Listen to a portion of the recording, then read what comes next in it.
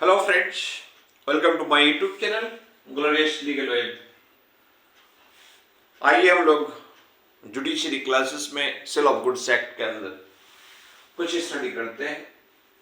इसके पहले हमने स्टिपुलेशंस के ऊपर चर्चा किए थे और इस संदर्भ में हमारे यूजर का, स्टूडेंट्स का कुछ सवाल है। सवाल ये है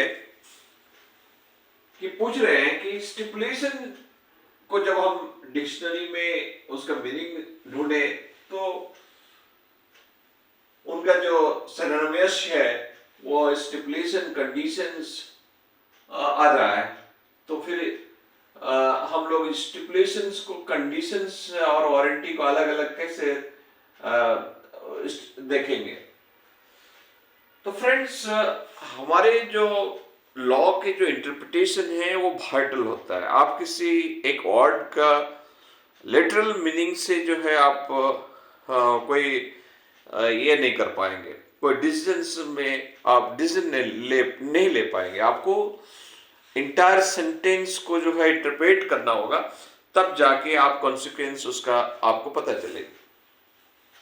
तो सिंपली जो फ्रेंड हम लोग स्टिपुलेशंस का जो हम लोग बात करते हैं सेल ऑफ गुड्स एक्ट में, यानी कॉन्ट्रैक्ट ऑफ सेल में, तो हमने स्टिपुलेशंस लगाते हैं। कुछ स्टिपुलेशन कंडीशन होता है, कुछ वारंटीज होता है।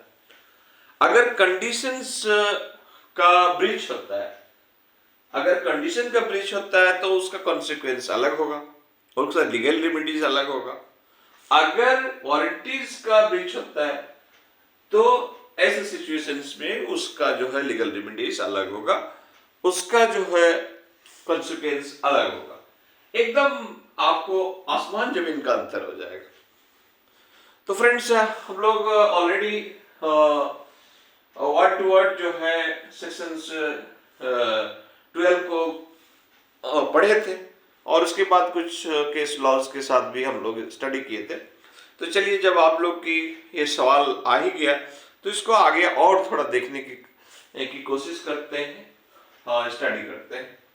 तो सबसे पहले हम लोग जैसे जानते हैं कि stipulation with respect to the time, stipulation को दो भाग में बांटे हैं।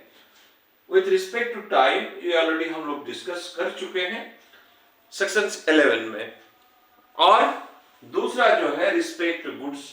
तो आज हम लोग रिस्पेक्ट टू गुड्स को और बढ़िया से देखेंगे, जो कवर करता है सेक्शन 12 और 13 में। ऑलरेडी हम कुछ इसमें डिस्कस किए हैं, लेकिन आज फिर और भी बढ़िया से इसको जो है समझने की कोशिश करते हैं। तो आइए, सेक्शन 12 सबसेक्शन 1 में ये बताता है कि रिस्पेक्ट टू गुड्स जो है, stipulation respect to goods, there two types, one is the condition and another is the warranties. और उसी सेक्शंस में सेक्शन 12 सबसेक्शन 2 में क्लैरिफाई कर रहा है, स्पेसिफिक बता रहा है कि स्टिपुलेशन ऑन इज द 12(2) जो है कंडीशन है, और सेक्शन 12(3) कह रहा है कि वारंटीज है। अब हमें देखना है कि what is warranties and what is conditions. तो अगर हम गो थ्रू करें सेक्शन 12,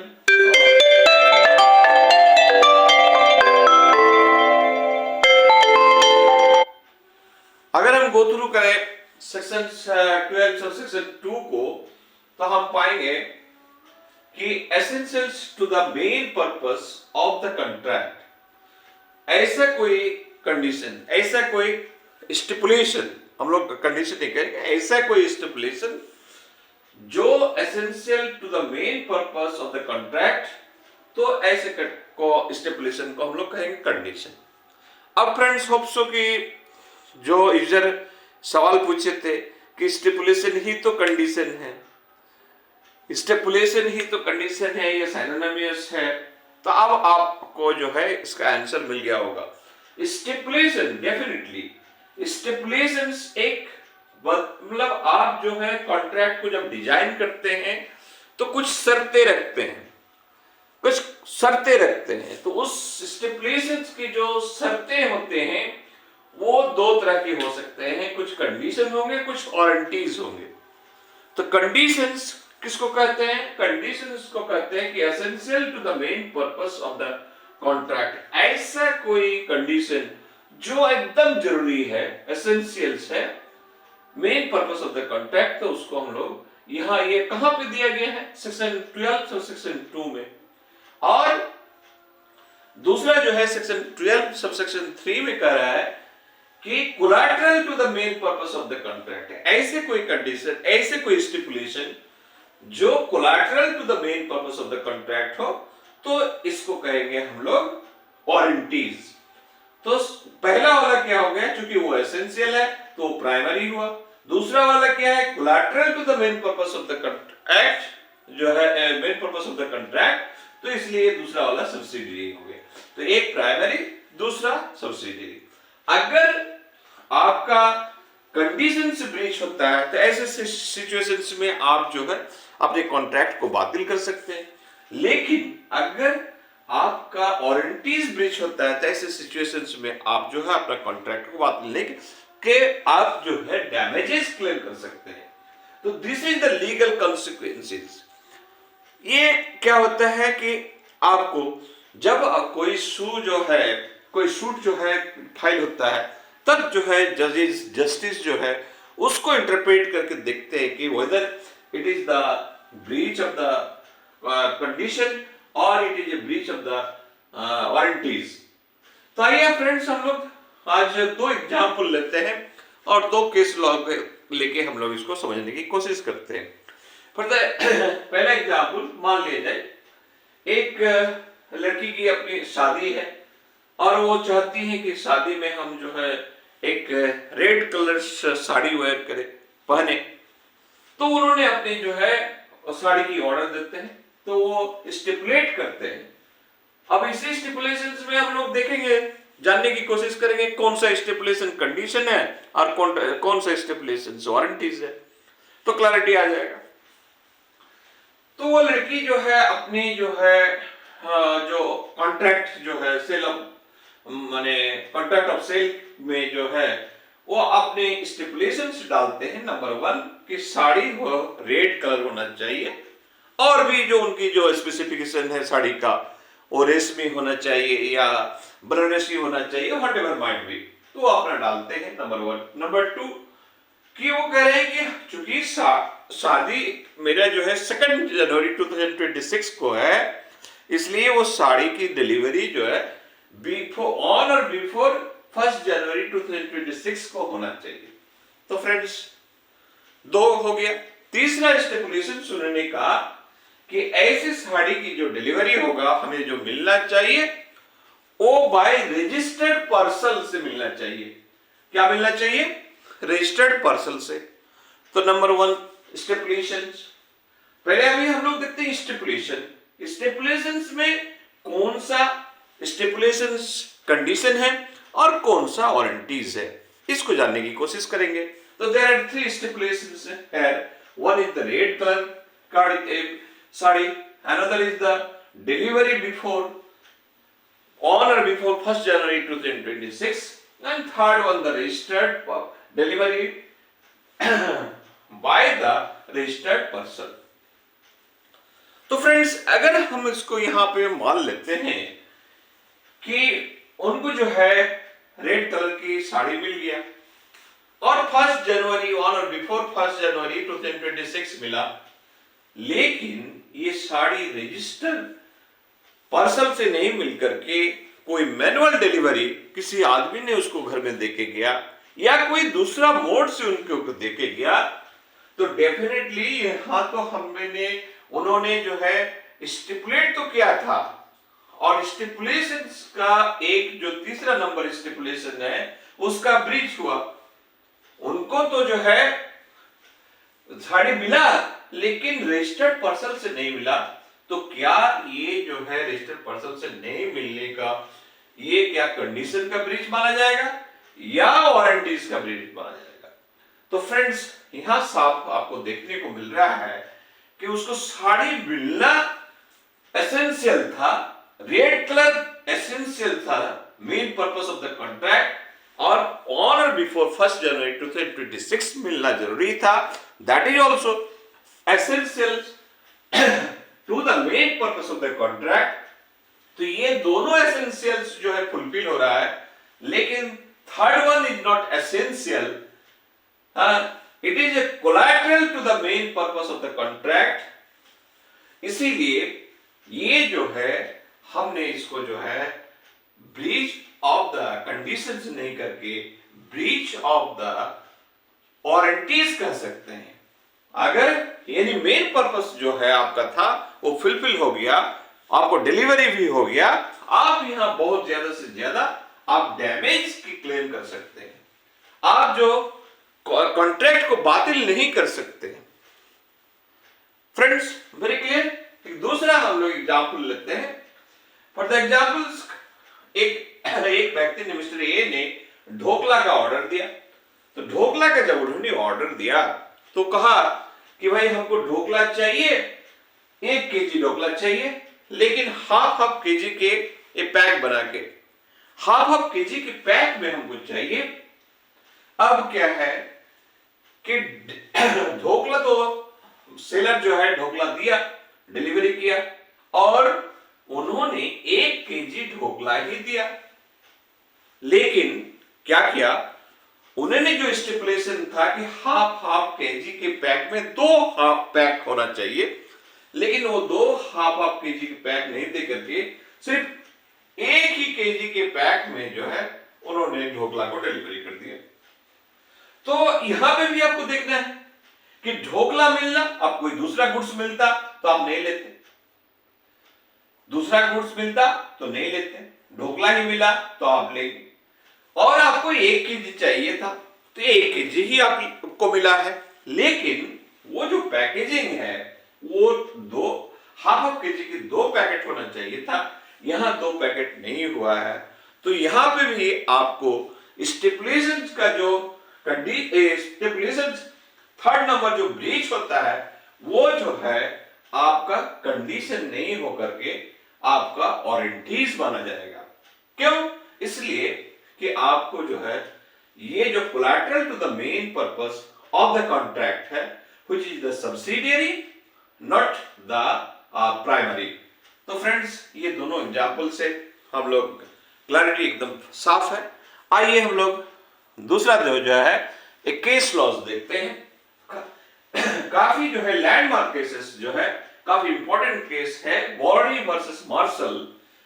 वर्डी वर्सेस मार्शल के केस में जो है एक व्यक्ति जो है जाते हैं, उन्होंने जाके जो है कार डीलर के पास जाके कह रहे हैं, वो अपने एक कॉन्ट्रैक्ट की डिजाइन बनाते हैं और उसमें वो लिखते हैं कि हमारे एसेंशियल क्या है, हमारा पर्पस जो है, मेन पर्पस जो है वो कार जो है टूरिंग पर्पस में हमको कार चाहिए। I want to purchase a car for the touring purpose, और कहां कहां टूर करेंगे पहाड़ में, और ये सारी चीज जो है डिटेल्स उनको देखते हैं। अब यह क्या करते हैं, कार सेलर उनको कन्विंस करते हैं और कन्विंस करके कहते हैं कि भाई आप बुगाटी कार ले लो, ये जो है आपका टूरिंग पर्पस सॉल्व करेगा। अब उनके कहने पर जो है वो ले लेते हैं कार, लेकिन बाद में जो है कार जो है ये टूरिंग पर्पस के लिए यूजफुल नहीं होता, बल्कि बहुत सारे जो है आपके प्रॉब्लम्स उन्होंने आ जाते हैं और अल्टीमेटली उन्होंने सूट फाइल करते हैं। यहां पे कोर्ट ने क्या देखा कि here is the car is the main essential, car is the essential, तो essential to the main purpose, उनका जो मेन पर्पस था ऑफ द कॉन्ट्रैक्ट, तो यहां पे जो उन्होंने बुगाटी कार डाल दिया है, ये जो है आपका जो है ब्रीच ऑफ द कंडीशंस है, यहां ब्रीच ऑफ द वारंटी नहीं है। यानी कोर्ट ने ये फाइंड किया कि ये चूंकि ये उनका पर्पस ही था टूरिंग के लिए, और आपने जो कार उसको डिलीवरी दिया या कार जो खरीदने के लिए उसको कन्विंस किया, चूंकि वो उन्होंने जिस स्पेसिफिकेशन के साथ कार खरीदना चाहता था आप उनको जो है वो नहीं दिए, तो इसलिए ये ब्रीच ऑफ द कंडीशंस होगा। अगर वो चाहे तो इस कॉन्ट्रैक्ट को बातिल कर सकता है, और अगर वो परचेजर चाहे तो डैमेज क्लेम कर सकता है। तो कहने का मतलब ये है कि कोर्ट यहां फाइंड किया कि चूंकि ये कार इज द एसेंशियल, चूंकि आप अगर और थोड़ा सा पीछे जाएंगे, जब हम लोग पढ़े थे क्या कि हम लोग यही गुड्स चाहिए स्पेसिफिक, तो हमारे गुड्स की जो टाइप ऑफ द गुड्स में हम लोग पढ़े थे, क्या पढ़े थे? Identified goods. तो आइडेंटिफाइड गुड्स जो है ये आइडेंटिफाई है कि यही गुड्स चाहिए। तो इसी तरह का जो है कि हमारा पर्पस जो है ये जो है टूरिंग पर्पस के लिए गुड्स चाहिए, इस तरह का जो है कार चाहिए। तो जब हम लोग चूंकि हम लोग गुड्स की डिफिनेशंस में हम लोग देखे हैं, तो उसी तरह का जो है कंडीशन यहाँ पे भी जो है essential to the main purpose of the contract which is the primary. तो कोर्ट ने इस केस में वॉलडी वर्सेस मार्शल्स के केस में ये पाया कि car is the essential to the main purpose of the contract, और इसलिए इसको जो है कंडीशन का ब्रीच माना जाएगा। आइए हम लोग दूसरा एक केस देखते हैं। दूसरा केस जो है काफी इंपॉर्टेंट केस है, हैरिसन वर्सेस फोस्टर जो है। हैरिसन वर्सेस फोस्टर के केस में भी ये पाया गया। इसमें क्या था कि हैरिसन वर्सेस फोस्टर्स में उन्होंने कहा कि हमें 2 शिप चाहिए और शिप की जो कैपेसिटी है 460 टन्स की जो होना चाहिए, लेकिन जो शिप की जो डिलीवरी दिया गया, उस डिलीवरी में देखा गया कि वो जो है उनकी जो कैपेसिटी है वो कम है, 360 या नियर अबाउट 400। तो 400 टन्स की जो उनकी, लेकिन उनका जो है क्वांटिटी का जो कैपेसिटी था, उन्होंने जो स्पेसिफिकेशन दिया था वो 460 टन्स का दिया था। तो यहाँ पे कोर्ट जो फाइंड किया, उनका कोर्ट का जो ऑब्जर्वेशन रहा, उनका कहा कि चूंकि शिप आपको 2 चाहिए, 2 दे दिया गया है, डिलीवरी हो चुका है, लेकिन जो शिप का जो कैपेसिटी है, उस कैपेसिटी जो आपने जो मांगा था उससे कुछ कम है। तो इसको जो है आप जो है कोर्ट ने जो है इसको कंडीशंस को नहीं मान के इसको वारंटी माना, इसको जो है इस तरह के जो है कॉन्ट्रैक्ट को एकदम बातिल नहीं किया जा सकता। हाँ, यहाँ पे जो है आप डैमेजेस क्लेम कर सकते हैं। तो यहाँ पे जो है कोर्ट का व्यू जो है क्लियर था। तो आज के क्लासेस में फ्रेंड्स आपको जो है stipulation and contract of sales में स्टिपुलेशन हम लोग जो है एक बार रिकैप कर लेते हैं। तो स्टिपुलेशन सेक्शन 11 में हम लोग पढ़े थे in respect to the time, और 12-13 में हम लोग पढ़े हैं in respect to the goods. Section 12(1) में कह रहा है कि stipulations, there are 2 type of the stipulation, one is the condition and the warranty। आगे चल के सेक्शन 12(2) में कंडीशंस को डिफाइन कर रहा है कि कौन सी जो है कंडीशन है, और सेक्शन 12(3) कह रहा है कि कौन सा वारंटीज है। तो हम लोग इसको जो है देखें कि such type of the stipulations which is essential to the main purpose of the contract is conditions, and such type of the stipulations collateral to the main purpose of the contract is called warranties। तो friends फिर हम लोग आज के 2 example लिए। One is the किसी लड़की की मैरिज में उनको साड़ी पहनना है, वो वाला एग्जाम्पल। दूसरा जो है ढोकला का ऑर्डर दिया था, वो वाला एग्जाम्पल। और फिर जो है 2 केस लॉज हम लोग देखे, एक वॉलडी वर्सेस मार्शल का और तीसरा हैरिसन वर्सेस फोस्टर का। ये केस लॉज के साथ हमारे स्टिपुलेशन, कंडीशंस, वारंटीज हम लोग इसको यहीं पे खत्म करते हैं। नेक्स्ट क्लास में हम लोग कुछ आगे बढ़ेंगे, सेक्शंस 14-15 इस तरह का कुछ देखेंगे, और धीरे धीरे हम लोग सेल ऑफ गुड्स एक्ट को खत्म करके दूसरा कोई सब्जेक्ट को टेकअप करेंगे। तो फिर आप सब सकुशल रहें, फिर मिलेंगे अगला वीडियो में। वीडियो अच्छा लगे तो इसको शेयर करें, चैनल को सब्सक्राइब करें। जय हिंद।